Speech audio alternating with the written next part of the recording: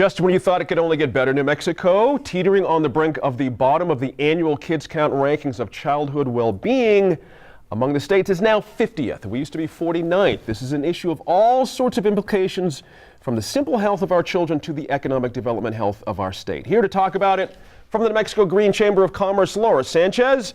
Political reporter from the Albuquerque Journal, Jim Monteleone, is here.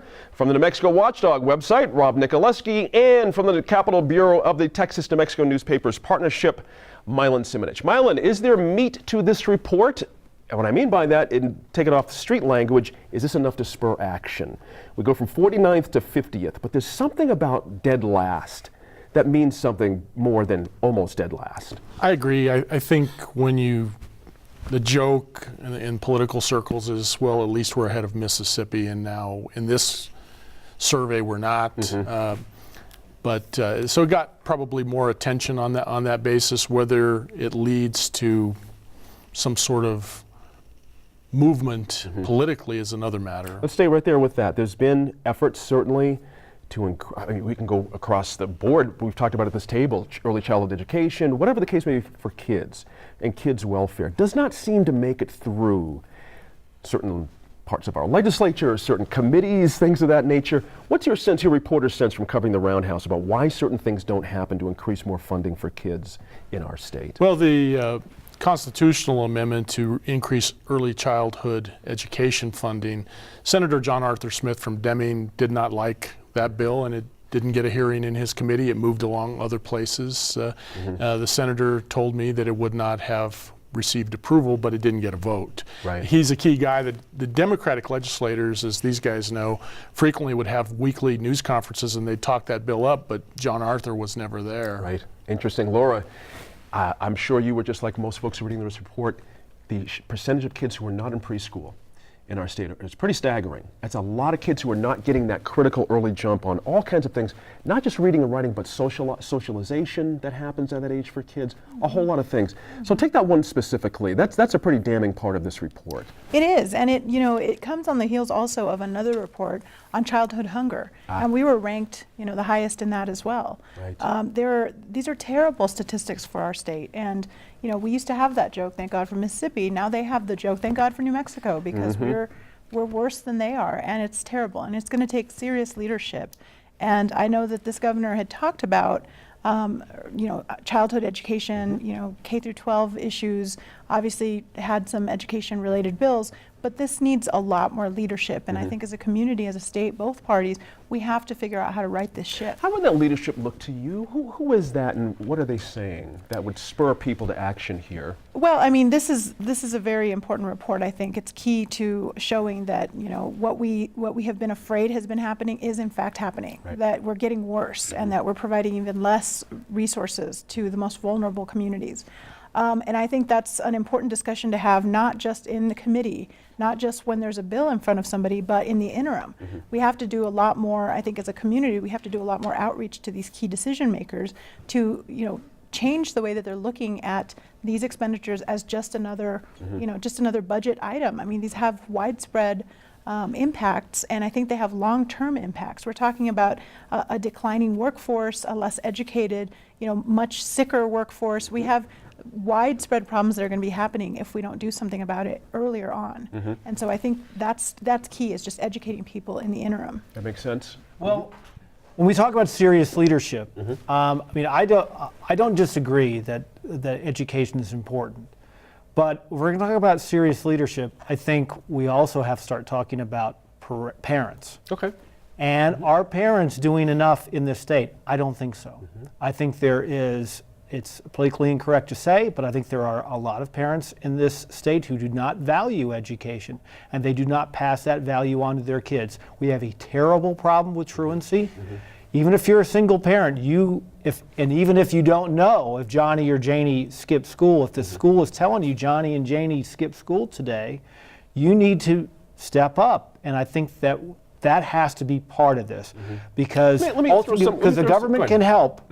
But ultimately, it's your responsibility to raise your kid. I'm glad you got that last bit about government can help. Our colleague Megan Kemerick, who hosts our Public Square series here at New Mexico PBS, has had some programs about this very idea. And one of them is to supply help to parents in home to teach them the skills about how to care, literally, about things like early childhood education, preschool, the importance of it. Is that a proper role for government to supply programs to go into homes and help parents become better parents? If the only, I think like a lot of taxpayers, we're open to, or I'm open to anything that's going to work. Right. As long as it works. And we spend a lot of money in this state on education. According to the NEA, this isn't some far-right outfit, the NEA, New Mexico is 25th on per pupil spending, yet we're finishing 48th, 49th, and 50th in results. We spend money in this state, we just have to spend it wisely. And the question that always comes up, Jim, is are we spending enough? If we've got $1 billion problem, we need to spend a lot of money to fix $1 billion problem. You know, getting back, Mylon was talking about this earlier. I mean, sometimes there's hesitancy in the legislature because it looks like, when you look at the problem, it looks like a never-ending pit. Right. That money you can throw money at it, and similar to, I mean, the per pupil financial data. I mean, we have been putting lots of money at it, and we haven't seen results. To say that a new report from the Annie Casey Foundation is going to, finally marking us last is going to spur action, I think is disingenuous, considering the fact this foundation puts out this report every year, and we've been bouncing around the bottom for a long time. It's not a surprise or news to anyone in this state that we struggle with these issues, but we're still struggling to move forward. Let me play devil's advocate a little bit, and the idea of how much is enough money to spend, what gets results. We're 25th on that ranking, with the result being 49th or 50th, somewhere around there. But you look at states that have a high level of education, and the idea that they look at early childhood education as an investment versus a line item. Is that part of the problem here, that we're looking at the money perhaps in a way that's not quite accurate? Because what's the matter with investing in kids a little bit more if the result is perhaps we sneak up to 38th, 37th, 35th, if we're at 19th in spending, so we increase our spending? What's the problem with that? I don't think there's a problem with that, but I think it's true that whether you call it an investment or an expense, it still goes to the bottom line.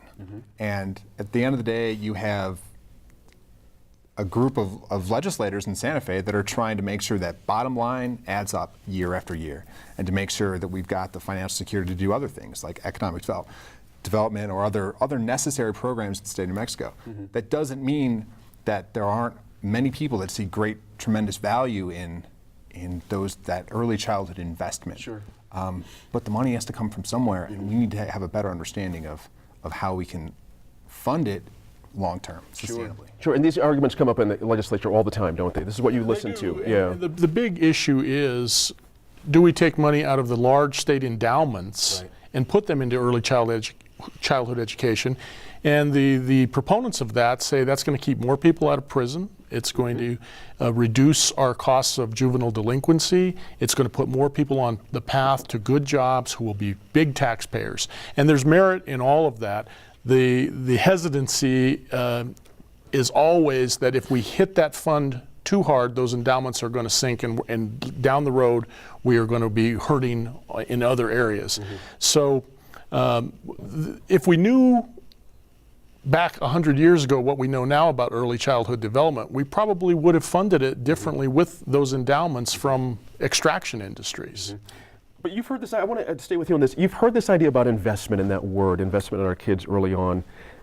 Some people call it an economic development type of an angle you should be looking at these things. When that comes up in committee, what's the general sense of how legislators hear that? Is there a block to hearing things about investment in kids? Well, it's not monolithic. Some people are very open to that idea that if we put more money into small children going into the homes, that's one of the toeholds of these programs, showing people how to parent, getting them on the right track, we get all this success, then we're going to have kids who are successes. We're not going to have as many kids in jails. We won't have to keep building prisons. We won't have to worry about having probation officers for juveniles. All those arguments come up, but there's also a strong set of people there who say, I don't want to raid those endowments to this level. Right, and they happen to have position. Well, either they have position, or even if you were to get it to a floor vote, I'm not sure it would pass. Interesting. Okay, interesting. In the Senate. Yeah. Interestingly enough. Yeah. Interesting there. go back to your early point, the costs of health issues that come up when you're young, that are lifelong, you have to deal with. We have childhood diabetes is a huge problem in our state. Just simply teaching people how to feed their kids better, exercise, all that kind of thing. Again, same question as to Rob, I think I know where you're going on this. A proper role for government, a proper role for the community to be in people's homes to show them, are we at a bad enough state where this is one of the answers? now? Absolutely, and I think it takes, it's more than just government. I think it's government. I think there's definitely a gap to be filled by foundations, private investment, and I know that the Kellogg Foundation has targeted New Yes. Mexico to be one of those states, and others. And then there's a role to be played by the private sector also to look at this problem and try to create opportunities to help wherever we can. But I think there's also there's the early childhood problem, but we also are a state that suffers from a high teenage pregnancy rate. Yes. So we have a lot of children, essentially youngsters having children. And then we have a huge population where, by the time you're 40, you're already a grandparent.